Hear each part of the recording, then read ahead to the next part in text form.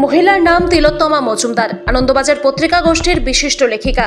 বেনিয়াটোলার আনন্দ পাবলিশার্সের অফিসে গেলেই অনেক সময় তার দেখা পাওয়া যায়। সদা হাস্যোজ্জ্বল একজন মহিলা, কিন্তু সম্প্রতি এবিপি আনন্দে ওর মন্তব্যগুলি মোটেও হেসে উড়িয়ে দেওয়ার মতো নয়। ভয়ানক সব কথাবার্তা বলেছেন, যা সাধারণত ইসলামোফোবিক সংঘ পরিবারের লোকজন বলে থাকে। আচ্ছা, উনি কি জানেন ওর নাম কোথা থেকে এসেছে? মজুমদার হলো একটি ফার্সি শব্দ। মৌজা শব্দের সাথে ফার্সি দার শব্দ যোগ হয়ে মজুমদার শব্দটি হয়েছে, যার অর্থ মৌজার ভূস্বামী, মৌজার অধিকর্তা, আবার কোনো ক্ষেত্রে প্রশাসক। মুঘল ও ব্রিটিশ আমলে যারা এক বা একাধিক মৌজার অধিকর্তা বা মৌজার ভূঁইয়া ছিলেন, তাদের মজুমদার বলা হতো। মৌজা ভূস্বামীরা মজুমদার হিসেবে অভিহিত হতেন। মজুমদার ভারত ও বাংলাদেশের বাঙালি, হিন্দু এবং মুসলিমদেরও পদবি হিসেবে ব্যবহৃত হয়ে থাকে।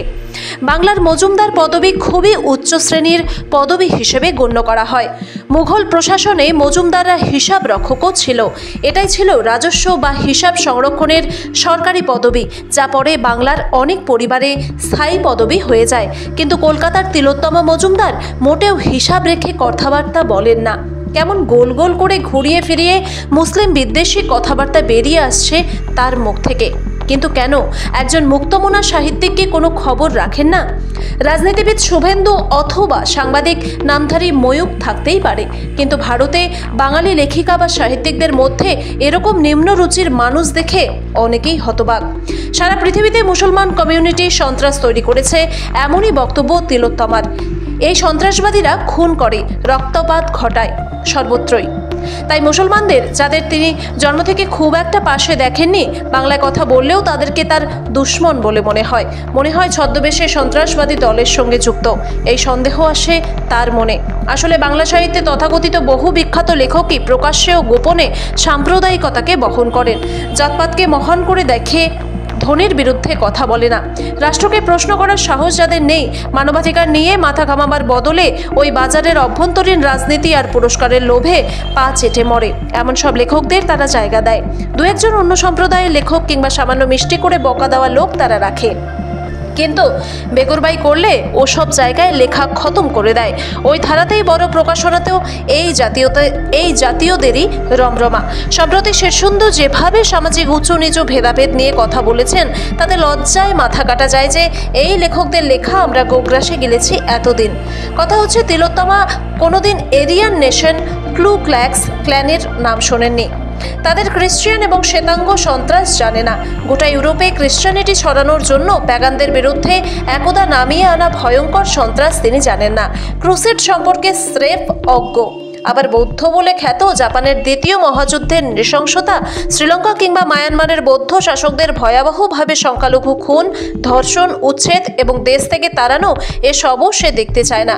কিংবা ধরুন, সিআইএর মালিক মার্কিন বুশের রাসায়নিক অস্ত্র ও অন্যান্য ভয়ঙ্কর অস্ত্র রাখার মিথ্যে অভিযোগে ইরাক ধ্বংস করে মধ্যপ্রাচ্যকে প্রায় অর্ধ শতাব্দী ব্যাপী ধ্বংস আর যুদ্ধে ঠেলে দেওয়ার কথা সে মনে রাখে না এখনো ইহুদি নাম নিয়ে কেমন করে ফিলিস্তিন ধ্বংস করছে ইহুদি জায়নবাদীরা। অর্থাৎ সব ধর্মেরই কিছু লোক ধর্মের নামে সন্ত্রাস করে মুখ্যত ধনী থেকে ধনীতরদের হাতিয়ার হয়ে আরও শোষণের ব্যবস্থা করতে, এ সম্পর্কে তারা হয় স্পষ্ট ধারণা নেই, নয় সে নিজেই এমন এক হাতিয়ার হয়ে উঠতে চায়। আর ভারতের কথা, গোমাংসের জন্য পিটিয়ে পুড়িয়ে মারা, দলিত ধর্ষণ, হত্যা, লাভ জিহাদের নামে অনায়াসে খুন ও রক্তপাত তার চোখেই পড়ে না। গোবলয় এবং বিজেপি শাসিত রাজ্যগুলোতে যে ভয়ঙ্কর সন্ত্রাসের রাজত্ব চলছে, তা নিয়েও তার বক্তব্য নেই। বাঙালিদের জেসিবি করে বাংলাদেশ সীমান্ত পার করে ছুঁড়ে ফেলে দিলেও সে দেখতে পায় না। অন্তঃসত্ত্বা সোনালী বিবিকে দেশছাড়া করা নিয়ে তার মাথা ব্যথাও নেই।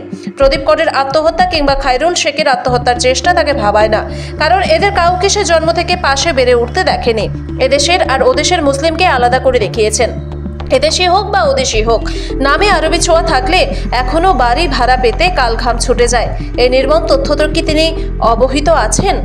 দেখবে কেমন করে? তথাকথিত হিন্দু বৃত্তে সম্পদের মধ্যে বেড়ে ওঠা একজন হিন্দু বাঙালি তিনি কোনোদিন প্রশ্ন করেননি কেন নগরে ও গ্রামে মফস্বলে একই অঞ্চলে মেলামেশি করে হিন্দু মুসলমান ইত্যাদিরা থাকে না? কেন সব আলাদা আলাদা ঘেঁটো করে বাঁচে? কেন হিন্দুরা বড় জাতের সঙ্গেও হিন্দু ছোট জাত একত্রে থাকতে পারে না? এসব প্রশ্ন করলেই তো সেই ব্রিটিশ আমল থেকে চলে আসা দাঙ্গা আর তারও আগের হাজার বছরের জাতপাতের সমস্যা, দেশভাগ, উদ্বাস্তু করা সব চলে আসবে।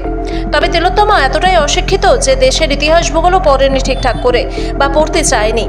দেশ দেখতে, মানুষ দেখতে বেরোয়নি কখনো। সুতরাং তিলোত্তমা এসব বলবেই। কিন্তু তিলোত্তমা একা নয়, বাংলা সাহিত্যের আঙিনায় এমন সাম্প্রদায়িক ব্রিটিশ আমল থেকেও আজও দিব্যি আছে, হয়তো থাকবেও।